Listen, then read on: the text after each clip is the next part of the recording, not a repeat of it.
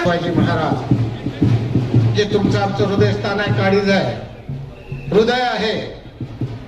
या छत्रपती शिवाजी महाराजांनी मुठभर मावळे घेऊन स्वराज्याची स्थापना या ठिकाणी केली.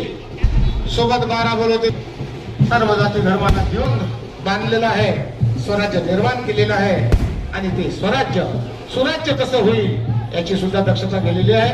आणि तसेच या राज्याचं उपमुख्यमंत्री ज्यांनी पद सांभाळलेल्या अनेक वेळा 6 ते 7 वेळेस, आता उप हा शब्द तुम्हाला आम्हाला सहन होत नाही.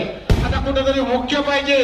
आणि हा महाराष्ट्र सुजलाम सुफलाम झाला पाहिजे. या महाराष्ट्रात आमचा शेतकरी राजा असेल, कष्टकरी राजा असेल,